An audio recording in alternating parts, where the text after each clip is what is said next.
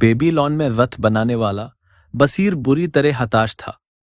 अपनी जगह पर ही बैठे बैठे उसने जरा सी ऊंची दीवार के उस पार निराशा भरी नजर से अपने साधारण से घर और कारखाने की तरफ देखा, जहां बनकर लगभग तैयार एक रथ खड़ा था। घर के खुले दरवाजे पर उसकी पत्नी अक्सर उसके सामने आ खड़ी हो रही थी। वो इशारे से बता रही थी कि अनाज का थैला लगभग खाली हो चुका है और उसे रथ को तैयार करने का काम तेज कर देना चाहिए, ताकि जल्दी से जल्दी वो अपने ग्राहक को उसे सौंपकर कुछ पैसे हासिल कर सके। रथ में अभी काफी ठुकाई पिटाई, रंग रोगन का काम बाकी था और यहां तक कि पहियों पर चमड़ा भी चढ़ाया जाना रह गया था। हैरत की बात नहीं थी कि थुलथुल शरीर वाला बसीर दीवार के ऊपर बेजान तरीके से बैठा हुआ था। उसका परेशान मन धैर्यपूर्वक किसी उधेड़बुन में फंसा हुआ था, जिसका कोई समाधान उसे नजर नहीं आ रहा था। वहीं फराद घाटी की तीखी गर्म धूप भी उस पर अंगारे बरसा रही थी। उसके माथे से लगातार निकलती पसीने की बूंदें रिस कर उसके सीने में मौजूद बालों के जंगल में गुम हो रही थी। उसके घर से ही दूर पर ऊंची दीवारों वाला शहंशाह का महल भी दिखता था। उसी के पास नीले रंग में रंगे जन्नत से जरा हटकर बेल के मंदिर की रंगी हुई मीनार भी स्थित थी। ऐसे शानदार नमूनों के बीच में उसके जैसे तमाम साधारण लोगों के घर भी थे, जो ना तो बहुत साफ सुथरे थे और ना ही सुसज्जित थे। बेबीलोन कुछ कुछ ऐसा ही था, जहां एक और दौलत और शोहरत से लबरेज समुदाय बसा हुआ था, वहीं भीषण गरीबी के शिकार लोगों का हुजूम और पूरी तरह अनियोजित तरीके से बसा हुआ शहर सुरक्षा दीवार के अंदर अजीब सा नजर आता था। उसके पीठ पीछे रथों का शोर था, जिस पर वहां के धन्ना सेठ सवार होकर अपने अपने रास्ते पर जा रहे थे, और सड़क के दोनों तरफ चंदन की खुशबू वाले कारोबारी और साथ ही साथ नंगे पांव घूम रहे भिखारी मौजूद थे। उधर से ही गुलामों का एक कारवा मशक में पानी भरकर गुजर रहा था और उन्हें रास्ता देने के लिए रईसों को भी नालियों की तरफ सिमटना पड़ रहा था। ये गुलाम शहंशाह के लिए पानी ले जा रहे थे, जिससे झूलते बगीचे को सींचा जाना था। बसीर अपनी ही समस्याओं में इस कदर उलझा हुआ था कि आसपास के शोर की तरफ उसका ध्यान भी नहीं जा रहा था। अचानक ही असमय एक वाद्य यंत्र लायर, एक प्रकार की वीण की जानी पहचानी झंकार से उसका ध्यान टूटा। उसने पलटकर देखा तो उसका संगीतकार दोस्त कॉबी मुस्कुराता हुआ उसी की तरफ बढ़ा चला आ रहा था। खुदा तुझे बरकत बख्शे मेरे प्यारे दोस्त, कॉबी ने बसीर को सलाम किया। हाँ, खुदा तुझ पर पहले से ही मेहरबान नजर आ रहा है, इसलिए तुझे मेहनत करने की जरूरत नहीं। मैं भी तेरी अच्छी किस्मत के चलते खुशी महसूस कर रहा हूं, यहां तक कि मैं उस बरकत को तुम्हारे साथ साझा भी कर रहा होता। दुआ करो। अगर तेरा बटुआ भारी भरकम होता तो हम खरीदारी में मसरूफ होते, आज की रात दावत होती और 2 शेकेल मुद्रा तो तू मुझे उधार भी दे देता और इस बात की चिंता भी न करता कि वे वापस तुझे मिलेंगे या नहीं। काश मेरे पास 2 शेकेल होते, बसीर ने निराशा भरे सूर में कहा। उन्हें मैं उधार तो नहीं दे पाता, यहां तक कि मेरे प्यारे दोस्त तुझे भी, क्योंकि कुल जमा वे ही मेरी किस्मत होते, मेरी पूरी किस्मत। कोई भी बंदा अपनी पूरी किस्मत उधार नहीं दे सकता, अपने सबसे प्यारे दोस्त को भी नहीं। क्या? कॉबी हैरत से चीख उठा। तुम्हारे बटुए में 1 शेकेल भी नहीं है और तुम दीवार पर पुतले की तरह शान से बैठे हो। रथवाला अपना काम पूरा क्यों नहीं करते? इसके अलावा तुम पेट की भूख शांत करने का उपाय कैसे कर पाओगे? तुम तो ऐसे नहीं थे मेरे दोस्त। कहाँ गई तुम्हारी अपार ताकत? खुद को बदहाली से निकालने का उपाय करो। क्या खुदा ने तुम पर यह आफत बरपाई है? लगता तो ऐसा ही है कि खुदा ही मुझे यातना दे रहा है। बंसीर ने लगभग सहमति जताते हुए कहा। मैं सपने देखा करता था, वाहियात सपने की मैं काबिल इंसान हूं। मेरा बटुआ मोहरों से भरा हुआ है।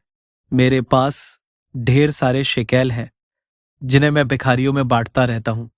मेरे बटुए में चांदी के सिक्के भी हैं, जिनसे मैं अपनी बीवी के लिए कीमती तोहफे खरीदता हूं और अपने लिए भी जो चाहता हूं खरीद लेता हूं।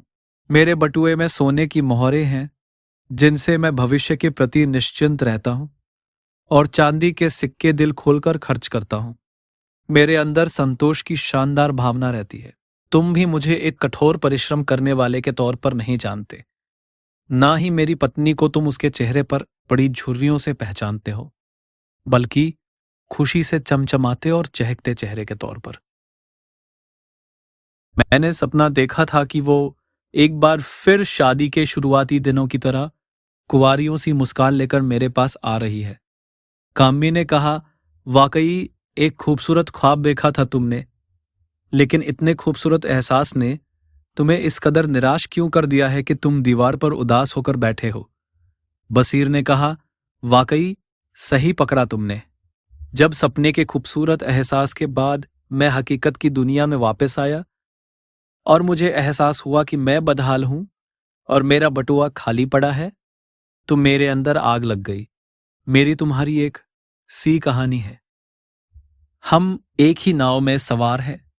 जब हम छोटे थे तो साथ साथ मौलवी के पास तालीम हासिल करने गए थे। जवानी में हम दोनों ने एक दूसरे के साथ हंसते खेलते दिन बिताए।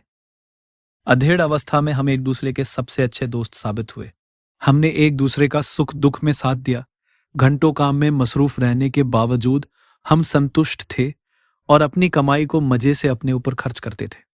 हमने अब तक काफी सिक्के कमाए, लेकिन फिर भी हम धन दौलत से हासिल होने वाली खुशी के लिए तरस रहे हैं।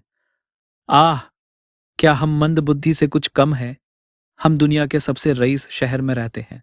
सफर करने वाले बताते हैं कि धन दौलत के मामले में इस शहर की किसी से तुलना नहीं की जा सकती है। हमारे चारों तरफ दौलत ही दौलत है, लेकिन हमारे हिस्से में कुछ भी नहीं है। आधी उम्र कठोर परिश्रम करते हुए गुजारने के बाद भी मेरे सबसे अच्छे दोस्त, तुम्हारा बटुआ खाली ही पड़ा है और तुम्हें मुझसे यह कहना पड़ रहा है। मेहमानों की रात की दावत के बाद तुम मुझसे 2 शेकेल बतौर उधार लेते। तब बताओ, मैं क्या कहूं ऐसे हालात को? क्या मैं कहूं, ये रहा मेरा बटुआ और जो तुम्हें चाहिए खुशी खुशी मैं दे दूंगा? नहीं, मैं कबूल करता हूं कि मेरा बटुआ खाली पड़ा है। आखिर मामला क्या है?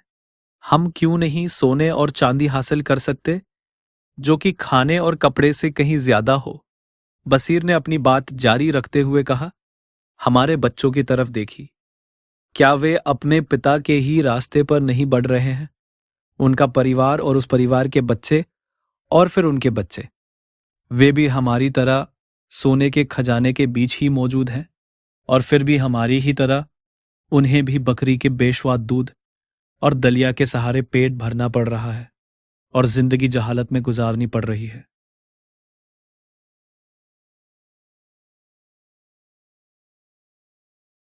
बसीर की बातें सुनकर कोम्बी हैरत में पड़ गया और बोला, बसीर, इससे पहले आज तक मैंने तुझे इस तरह की बातें करते नहीं सुना। मेरे दोस्त, बसीर ने कहा, आज तक मैं खुद इस तरह से कभी सोच नहीं पाया। दिन उगने से लेकर रात होने तक मैं एक से बढ़कर एक शानदार रथ बनाने के अपने काम में मशगूल रहता हूं। शायद ही कोई मुझसे बढ़िया रथ बनाने वाला यहां मौजूद हो। सिर झुकाकर मैं अपना काम करता रहा कि एक दिन ऐसा जरूर आएगा कि खुदा मुझ पर मेहरबान होगा और मेरे काम को तवज्जो देगा और मुझ पर धन दौलत की बरसात करेगा। लेकिन आज तक ऐसा नहीं हुआ। आखिरकार मैं समझ गया कि ऐसा कभी नहीं होगा। इसी वजह से मेरा दिल दुखी है। मेरी ख्वाहिश है कि मैं अमीर आदमी बनूं, मेरे पास भी जमीन जायदाद हो, शानदार कपड़े हों और मेरा बटुआ भरा हुआ हो। इसे हासिल करने के लिए मैं जी तोड़ मेहनत करने के लिए भी तैयार हूं, चाहे इसके लिए क्यों ना अपनी सारी कारीगरी झोंकनी पड़े और क्यों ना अपने दिमाग की सारी चतुराई दिखानी पड़े। मेरी बस एक ही ख्वाहिश है कि मेरी मेहनत को उचित इनाम मिले। लेकिन ऐसा नहीं होता तो आखिर कमी कहाँ है? मैं फिर तुझसे पूछता हूं, जिस तरह औरों के पास धन दौलत है, उसी तरह हमारे पास अच्छी चीजें भरपूर मात्रा में क्यों नहीं हो सकती, ताकि हम भी जो चाहे खरीद सके? कौबी ने कहा, काश मैं इसका जवाब जानता। मेरे दोस्त, तो मुझसे संतुष्ट इस दुनिया में शायद ही कोई और होता। लायर बजाकर होने वाली आमदनी आनन फानन में खर्च हो जाती है। मैं अक्सर परेशान हो जाता हूं कि अपने परिवार को भूख से बचाने के लिए क्या करूं। इसके साथ ही मेरी ख्वाहिश है कि मैं बड़े आकार का लायर हासिल कर सकूं, ताकि मैं अपने संगीत को और ऊंचाई तक पहुंचा सकूं और नई नई धुन निकाल सकूं। उससे मेरा संगीत इस कदर बेहतर हो सकता था जैसा शहंशाह ने भी पहले ना सुना होता। वैसा लायर तुम्हारे पास निश्चित तौर पर होना चाहिए था। पूरे बेबीलोन में ऐसा कोई नहीं है जो तुम जैसा मीठा गा सकता हो। तुम उस लायर से इतना मीठा गाते कि न केवल शहंशाह बल्कि खुदा भी खुश हो जाता। लेकिन ऐसा कैसे संभव हो सकता है जबकि हम इस कदर गरीब हैं जितने कि शहंशाह के गुलाम भी ना होंगे। घंटियों की आवाज सुन रहे हो, वे इधर ही आ रहे हैं। बसीर की बातें सुनकर बसीर ने उस ओर इशारा किया जिधर से पसीने से तरबतर अधनंगे गुलाम नदी से पानी का भारी भरकम मशक भरकर अपने कंधे पर रखकर संकरी सी गली से ले आ रहे थे। उनके साथ 5 लोगों का समूह एक साथ चल रहा था। जो आगे आगे चल रहा है उसे देखो, कितनी अच्छी कद काठी का है। अपने देश का वो प्रमुख शख्स है, उसे पहचानना कितना आसान है। कॉबी ने घंटी लेकर आगे आगे चलने वाले की तरफ इशारा किया जिसके ऊपर किसी तरह का भार नहीं लदा हुआ था। बसीर ने सहमति जताते हुए कहा, कतार में और भी बहुत से अच्छी कदकाठी वाले लोग भी हैं जो हमसे भी बेहतर दिख रहे हैं। लंबे चौड़े सुनहरे बालों वाले उत्तर दिशा से हंसते मुस्कुराते हुए काले लोग, दक्षिण से छोटे भूरे बालों वाले लोग आसपास के देशों से आए हुए हैं। ये सभी एक साथ चलते हुए नदी से बगीचे तक का सफर तय कर रहे हैं। एक के बाद एक, दिन ब दिन, साल दर साल उनके अंदर खुशी की उम्मीद नजर नहीं आती। उन्हें सोने के लिए पुआल दे दिया जाता है और खाने में कड़े अनाज वाला दलिया ही मिलता है। जानवरों सा जीवन जीने वाले इन गरीबों को देखकर दुख होता है। कॉबी कॉबी ने कहा, मुझे भी इन पर तरस आता है। फिर भी देखो कि हम उनसे मामूली ही सही लेकिन बेहतर हालात में हैं। हम खुद को आजाद तो कह ही सकते हैं।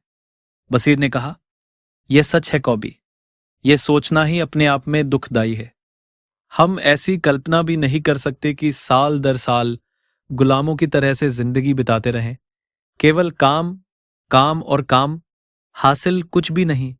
कॉबी ने कहा, क्या हम ये पता नहीं लगा सकते कि और लोग कैसे सोना हासिल कर पाते हैं और उन्हीं की तरह हम भी वैसा ही करें?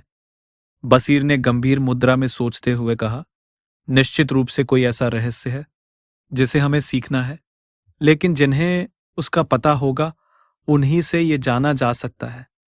काम्बी ने सुझाव दिया, आज ही सुबह मैं अपने दोस्त अरकाड के बंगले से गुजरा। वह सोने के रथ में सवार होकर कहीं जा रहा था। उसने रास्ते में लोगों का हाथ हिलाकर अभिवादन किया और मुझे देखकर मुस्कराया और दोस्त के तौर पर संगीतकार कॉबी की तरफ मुखातिब हुआ। बसीर ने धीरे से कहा, उसे बेबीलोन का सबसे रईस आदमी माना जाता है। इतना रईस है वो कि शहंशाह भी खजाने के सिलसिले में उसी की राय लेते हैं।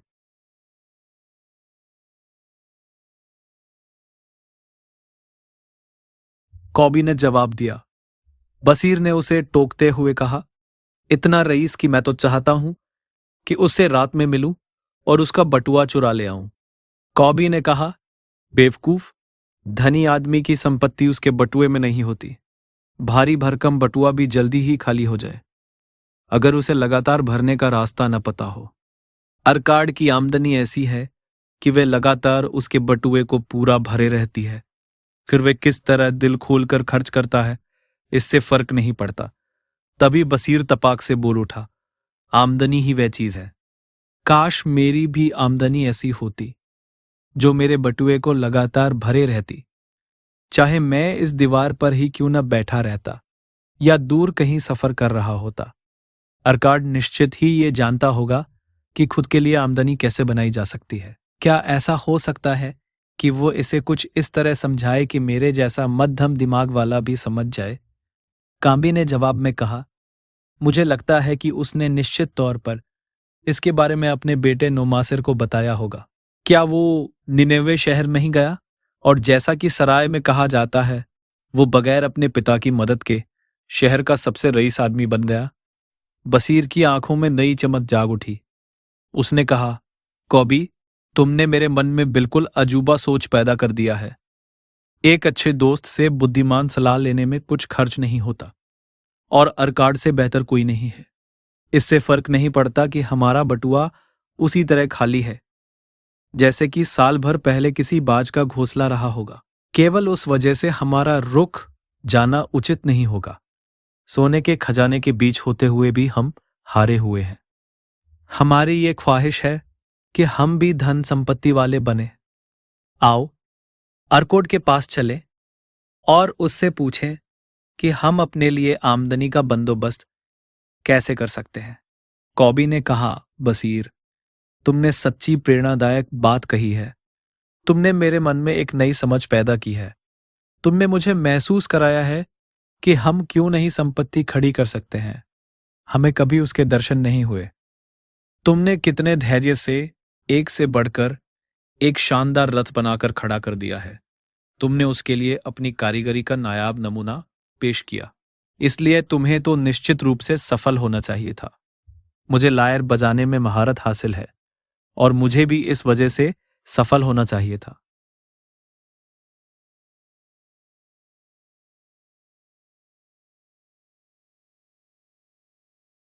हमने जो भी काम अब तक किया उसमें अपनी सर्वश्रेष्ठ मेहनत की और उसमें सफल भी हुए। हमें उसी अनुरूप आगे बढ़ता देखकर खुदा को भी संतोष हुआ होगा। आखिरकार अब हमें एक नई रोशनी दिखी है जो किसी उगते सूरज की तरह ही चमकदार है। इससे हमें और भी कुछ सीखने की प्रेरणा मिली है ताकि हम और भी अधिक खुशहाल बन सकें। नई समझ के साथ हमें उम्मीद है कि हम और भी सम्मानजनक तरीके सीख पाएंगे और अपनी इच्छाओं को पूरा कर पाएंगे। बसीर ने कहा, हमें अरकाड के पास आज ही चलना चाहिए। साथ ही हमें अपने बचपन के उन दोस्तों को भी साथ चलने के लिए कहना चाहिए जिनकी हालत हमारी ही तरह है। इस तरह वे भी काम की बातें सीख पाएंगे और उनके दिन भी बदल सकेंगे। कॉबी ने कहा, बसीर, तुम हमेशा से अपने दोस्तों के हित के बारे में सोचते रहे हो। यही वजह है कि तुम्हारे पास दोस्तों का खजाना है। जैसा तुम कहोगे वैसा ही होगा। हम आज ही चलते हैं और अपने सभी दोस्तों को साथ ले लेते हैं।